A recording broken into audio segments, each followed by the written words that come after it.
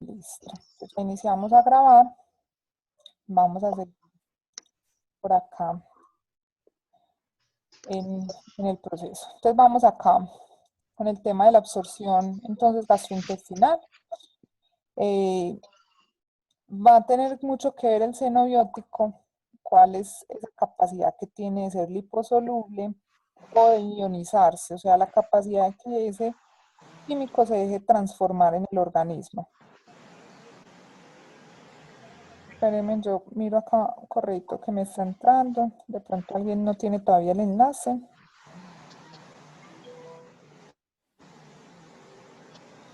Listo.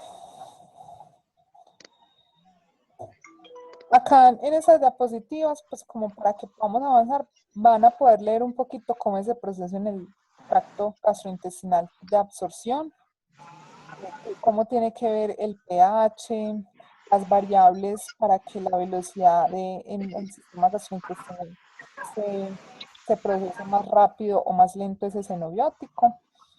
Ven, yo les voy a silenciar por acá a todos el micrófono para que no escuchemos interferencias. Listo, yo creo que ya quedamos silenciados. Entonces aquí en la presentación pues ustedes van a ir leyendo un proceso de absorción de cómo interfieren esas partes del sistema gastrointestinal en que se absorba y se transforme esa sustancia tóxica o xenobiótico como vimos al inicio. Si el estómago está lleno o está vacío, ¿qué pasa? ¿Qué pasa con las bacterias o con la flora normal que nosotros tenemos en el intestino? ¿Qué hacen con esa sustancia tóxica? A través de vía cutánea, entonces vamos a encontrar todas las capas de la piel van a tener que ver con la absorción del químico o de la sustancia tóxica. Y si ese químico es soluble en agua o en lípidos, va a tener gran capacidad de ingresar o no al organismo. Adicional, la temperatura en la que esté el cuerpo en el momento, el grado de hidratación de la persona y cómo es su circulación. Entonces, cómo es su vida circulatoria para poder saber qué tan irrigado está de, de todo el sistema circulatorio. Lo primero, entonces van a ver aquí en la presentación un poquito de cómo es la distribución de la piel. Lo primero es que van a encontrar una primera barrera de penetración y luego van a encontrar otras capas al interior del organismo para poder ingresar ese químico. Y luego ya sí vamos a tener unas capas en la piel, las más profundas, que son mucho más fáciles de atravesar porque estas primeras serían como esas barreras de protección. Aquí está un poquito cómo se hace la absorción cutánea, que básicamente en el sistema celular es una difusión pasiva. Yo voy a tener unos facilitadores, unas proteínas o unos lípidos para poder transferir la sustancia química al interior, porque recuerden que en la piel generalmente es grasa. Entonces por eso el estado de hidratación va a generar gran influencia de cómo nosotros podamos o cómo una persona intoxicarse por vía cutánea. Las intoxicaciones acá no van a ser tan críticas como las inhalaciones o como las gastrointestinales. Y tenemos muy importante, y es que esos tóxicos cuando pasan al sistema nervioso central, que pasan esa barrera que nosotros llamamos hematoencefálica, o sea, que empiezan a circular en cerebro, es muy difícil su penetración, pero que cuando llegan al sistema nervioso central van a generar una intoxicación muy grave y que va a terminar generalmente en la muerte de la persona. ¿Cómo es la distribución entonces al interior del organismo de ese tóxico? Entonces yo voy a tener inicialmente un tóxico en el organismo. Ese tóxico se va a pegar a unas proteínas. Me devuelvo acá al anterior. Yo voy a tener un tóxico libre que va a estar circulando por el organismo y otro tóxico que se le pega a las proteínas que circulan en sangre, como la albúmina, las glucoproteínas, las lipoproteínas, que son sustancias que transforman de lo que nosotros comemos. Dependiendo de esa cantidad de proteínas que yo tenga en el organismo, voy a tener más tóxico o menos tóxico libre. Ese tóxico libre es que él finalmente va a llegar al órgano blanco y va a generar el efecto. Entonces es importante que nosotros, el estado nutricional es trascendental en el tema de intoxicaciones. Cuando yo tengo ese tóxico libre en el organismo, yo lo que voy a encontrar es que ese tóxico libre va a llegarse o se va a llevar a unos tejidos y ahí se puede depositar o distribuirse hacia el órgano blanco. Entonces va a tener dos efectos, que vaya a un tejido donde se va a depositar de forma crónica o que en el órgano blanco me genere un efecto más agudo. Esa distribución depende del químico, qué tan fácil es su absorción, cuál es la velocidad del flujo sanguíneo de la persona, qué tan soluble es en sangre la sustancia química, si hay disponibilidad de transportes, o sea, si tengo proteínas, otras sustancias de las que ese tóxico se pueda pegar para transportarse porque tiene afinidad de receptores, el equilibrio al interior del organismo que se pueda generar entre la célula, el tóxico que está ingresando, la vía de exposición por la que yo me haya intoxicado, haya tenido contacto con el químico y la afinidad de ese químico por un órgano blanco. Entonces nosotros vamos a tener unos órganos que acá están como resaltaditos en esta imagen. Entonces nosotros tenemos que nuestros órganos blancos entonces van a ser los pulmones y el corazón, hígado, riñones, todo el sistema gastrointestinal y huesos. Esos son los que nosotros vamos a llamar para toxicología órganos blancos. Aquí en el ejemplo que yo les pongo en esta diapositiva, en esta imagen pues que encontré que es básica, hay unos químicos que tienen afinidad por ciertas partes del cuerpo. Por ejemplo, vamos a encontrar plomo, afinidad por el hueso. No se encuentra generalmente en otros lugares. Y así vamos a ir encontrando que esos órganos van a tener esas sustancias receptores para que el químico llegue ahí y se encariñe con ese órgano y se quede ahí y nos genere esa intoxicación crónica.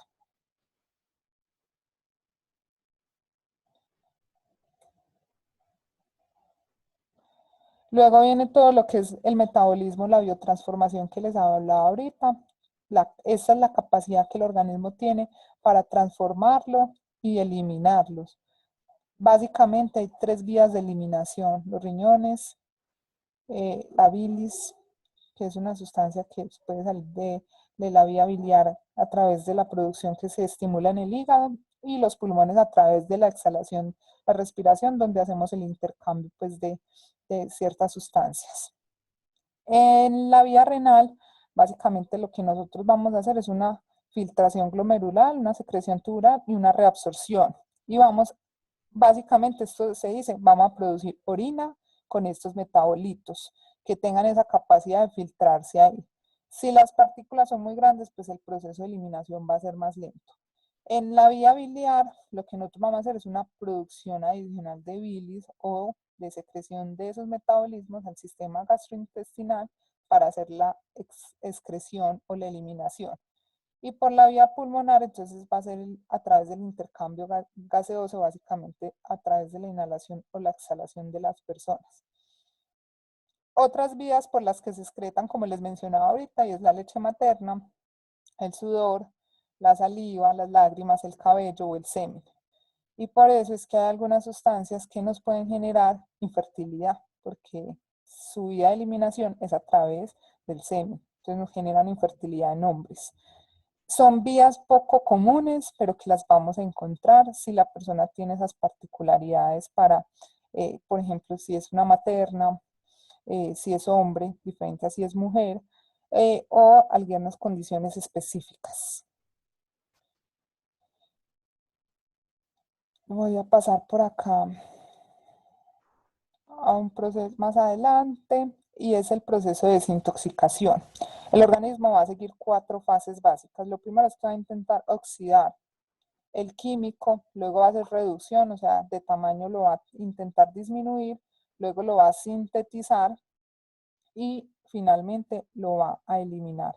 Tengo muchos de sus compañeros que me están escribiendo por acá. Espérenme un minutico, yo miro los mensajes porque ese video ahorita se nos cortó. No puede ingresar.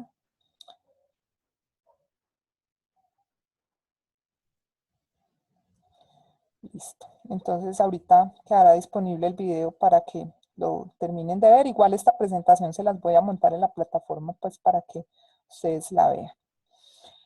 En esa vía entonces de eliminación renal, digestiva, respiratoria, dérmico-láctea o transplacentaria, por eso las gestantes no deberían estar expuestas a sustancias tóxicas porque se los pueden pasar a sus bebés, nosotros vamos a encontrar cómo es la forma. En estas diapositivas pues van a encontrar básicamente cómo es la vía de hacer la excreción a través de orina, básicamente.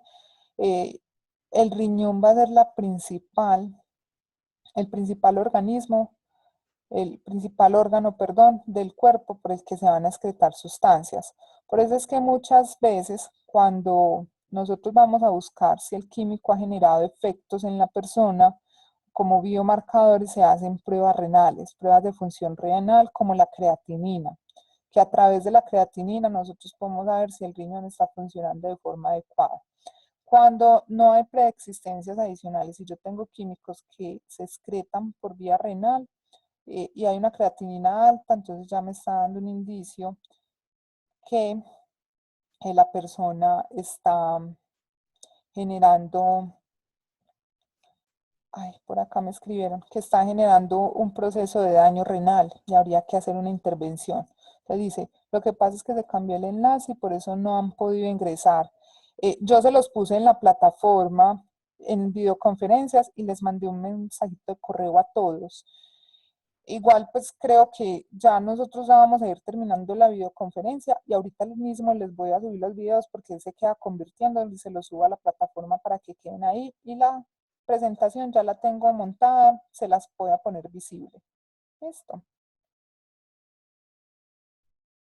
Ah, bueno, sí, por el correo. Yo les traté de mandar inmediatamente un mensajito. Yo ya sé que para la próxima sesión que tengamos voy a dejar habilitados los dos enlaces de forma previa, para que cuando se nos agote el tiempo en una, de una entremos a la otra y no tengamos pues como esta confusión. Ahí sí me disculpo. Entonces vamos acá a avanzar para que podamos terminar. Se ve muy complicada esta diapositiva, entonces voy a poner aquí el cursorcito para que me ayude. Entonces, básicamente, él me está diciendo acá cómo es el proceso, las rutas a través. Entonces aquí tenemos las vías de ingreso del químico, la ingestión, la inhalación, la vía intravenosa o la vía intraperitoneal, o sea, que pase a cavidades de abdomen en el organismo. En la ingestión va directamente al sistema gastrointestinal, se va a absorber y puede tener una interacción con el pulmón, el hígado y la bilis, y ellos la pueden llevar a la sangre y la linfa. Pero básicamente el sistema gastrointestinal me va a sacar ese producto, me lo va a eliminar a través de las heces. En la inhalación, eso va a entrar al pulmón, ese producto químico, ese xenobiótico, del pulmón se va a distribuir a la sangre, en la sangre va a ir a los órganos blancos, se me va para el riñón, se me va para el pulmón y se me va a los fluidos extracelulares, como la grasita que tenemos en el abdomen, otros órganos que pueden estar interactuando y los sistemas de secreción, como el sudor, las lágrimas y demás. Cuando viene al pulmón, entonces en los alvéolos va a hacer el intercambio gaseoso y lo voy a eliminar a través del aire expirado. Cuando se me va para el riñón, yo lo voy a tener que en la vejiga se va a hacer toda la biotransformación y lo elimino en la orina. Entonces miren que es sencillo entender un poquito este gráfico porque él me está diciendo cómo es la vía. Lo mismo pasa con la intravenosa y con las otras vías. Básicamente, miren que él va a seguir siempre el mismo camino al interior del organismo y va a intentar siempre excretarlo o eliminarlo de la misma manera. ¿Cuáles son los más graves? Los que quedan al interior del organismo, como acumularse en tejidos, acumularse en huesos, o el más grave de todo que no aparece aquí, ir al sistema nervioso central, porque esa neurotoxicidad me va a generar un montón de efectos, que si no me ocasiona la muerte, me va a generar efectos, unas consecuencias muy graves, con secuelas para las personas.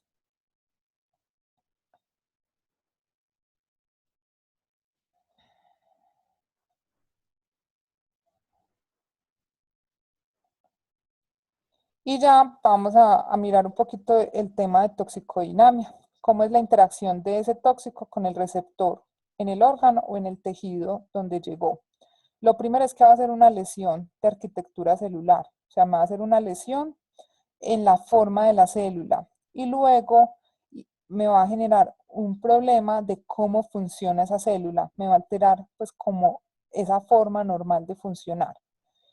En la lesión de la arquitectura celular, o sea, la lesión estructural, él me va a afectar primero la membrana celular, luego tener una destrucción celular, que es que la puede necrosar o la va a parcialmente dañar, o al interior de la célula, algunas estructuras las va a dejar, las va a dañar completamente y por eso es que luego sigue una lesión o un cambio en la forma en la que funciona la célula.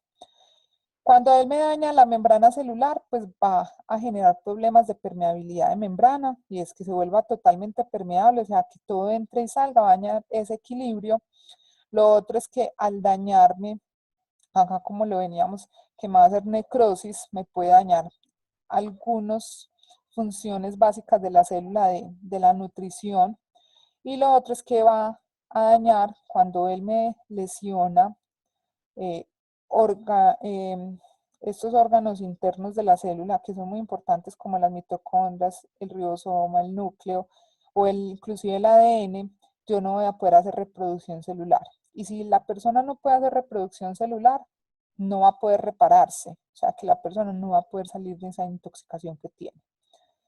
Entonces aquí vemos, nosotros acá principalmente, entonces vamos a tener una lesión molecular, o sea, una primera lesión a nivel del ADN, va a intentar repararse o hacer una neosíntesis, o sea, como decirlo así, hacer una segunda célula con el mismo información para que no se pierda. Cuando ella no logra hacer este mecanismo de reparación, se corta, lo que me va a hacer es una alteración celular. Me va a generar un problema de funcionamiento del órgano que esté afectando.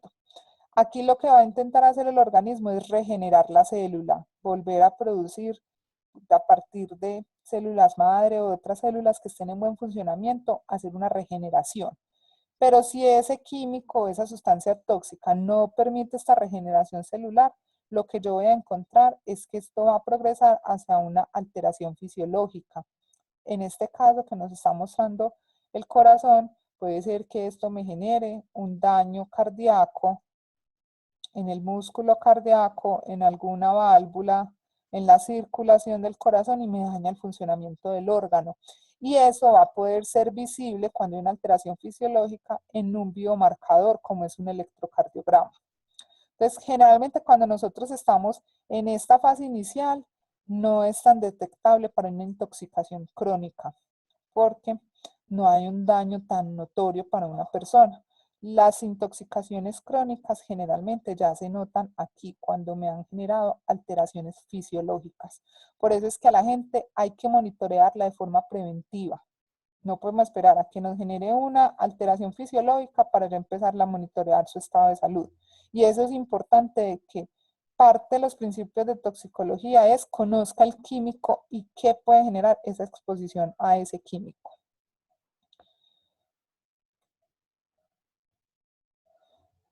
Algo de acá.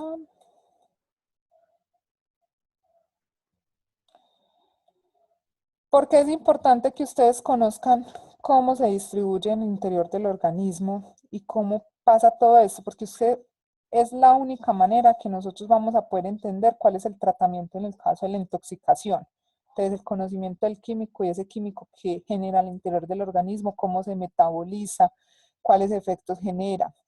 Eh, a nivel de investigativo, esta es la única forma de poder desarrollar antídotos frente a sustancias químicas para parar su progreso en el daño celular. Para poder nosotros aplicar pruebas diagnósticas como biomarcadores, buscar en el funcionamiento del órgano qué es lo que está pasando y poderlo hacer de forma preventiva, no esperar a que la gente se enferme o se intoxique para nosotros detectar cambios en el estado de salud. Y lo último, que es, por eso es importante la toxicodinamia y la toxicocinética, es que podemos comprender unas alteraciones que se producen a nivel bioquímico. Nosotros en nuestro organismo somos químicos al interior. Y al ser nosotros sustancias químicas, todo está formado básicamente por carbono y por otras sustancias que tenemos, que forman el átomo y que forman la célula, y vamos a interactuar con químicos, podemos tener algunas afinidades, por eso es que hay receptores. Entonces los investigadores lo que hacen es, o los que preparan esas zonas de seguridad, es entender la alteración que se produce a niveles bioquímicos para saber cómo actuar. Por acá tengo, claro, tienen otra videoconferencia a las 9, no se preocupen que ya terminamos en este momento. Les voy a dar en 2 minutos pues las indicaciones del foro. Voy a abrir por acá la plataforma para que ustedes vean qué es lo que van a tener activo. Espérenme un segundo. Yo me voy para la plataforma. Entonces ustedes van a tener aquí en la unidad didáctica 1 ya el foro habilitado. En ese foro habilitado que ustedes tienen, la invitación es que vamos a leer un artículo académico. Yo les puse acá el enlace de EBSCO, que es la base de datos que vamos a consultar. Ahí ustedes van a ingresar con el usuario de Uniminuto y con la clave para que los pueda dejar ingresar a EBSCO.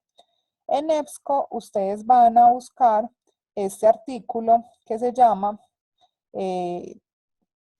¿qué pasa con la exposición al mercurio? Metilmercurio es el metabolito que se genera cuando yo tengo un estado nutricional malo, genéticamente tengo problemas, o soy mujer o soy hombre. Y acorde a lo que ustedes lean y a lo que revisamos hoy, la plataforma, ustedes van a tratar pues o de dar su aporte con esta pregunta. ¿Por qué sería importante que nosotros tengamos en cuenta esos factores que modifican la forma en la que el tóxico se mueve al interior del organismo, dentro de un sistema de gestión? O sea, para vigilar la salud de las personas expuestas a sustancias tóxicas, ¿por qué sería importante que nosotros entendamos cómo, si es hombre, si es mujer, si su estado nutricional es bueno o malo, si tiene antecedentes de cáncer? Todo eso va a influir en que esa exposición a la sustancia tóxica vuelva más vulnerable o no a un trabajador, o que antes se convierta en un factor protector ese estado nutricional, esas características genéticas. Les quise poner este artículo del mercurio porque nos acerca mucho a la realidad. Cuando comemos atún, cuando estamos expuestos a mercurio de lámparas de nuestra casa, ahí nos podemos estar intoxicando. ¿Qué puede hacer que nos intoxiquemos de forma aguda o crónica? Pues nuestro estado nutricional, la genética y nuestro sexo. Entonces van a leer ese artículo, trátenlo de leer entre líneas, pues es un poco, yo lo digo extenso, pues para la costumbre que ustedes pueden tener de leer, porque tiene, creo que son 16 páginas de lectura a lectura, pero es muy interesante que ustedes empiecen a entender desde la vida real, en la población general, cómo uno se va intoxicando y cómo sus condiciones personales pueden hacer la diferencia. Aún más, cómo nosotros dentro de nuestros programas de salud ocupacional o de seguridad de salud en el trabajo, que ya no deberíamos hablar término salud ocupacional, deberíamos empezar a considerar otros factores, no solamente los peligros en el trabajo, sino mis factores personales, cómo generan una interacción a la hora de yo exponerme a un peligro en la empresa. No todo es trabajo, sino que hay situaciones de la persona que pueden hacerla más vulnerable. Entonces vamos a leer ese artículo. Yo voy a quedar atenta como a las inquietudes que ustedes tengan, que les genere de la lectura de este artículo y la presentación. La presentación la van a encontrar, aunque acá todavía está oculta, pero la van a ver. Antes de actividades valorativas, yo se las voy a poner ya. Está esa presentación que les acabo de mostrar, que se llama toxicocinética y toxicodinamia, para que ustedes puedan explorarla, repasarla, porque hay algunas diapositivas pues que las pasamos más rápido. Me voy a quedar subiéndoles los videos, organizándoselo, y eso sí los van a encontrar en la pestañita de videoconferencias. En esa pestaña de videoconferencias, acá debajo de nuestra primera videoconferencia, les voy a poner los dos enlaces a los videitos que se generaron de esta charla. Les agradezco muchísimo. No sé si tienen preguntas, si alguien quiere decir algo. Estoy pues como acá atenta a sus inquietudes. O si todo ha sido claro, les agradezco entonces por estar este ratico acá conmigo y nos veremos el otro sábado en la tutoría presencial. Muchísimas gracias, les mando un abrazo, que descansen.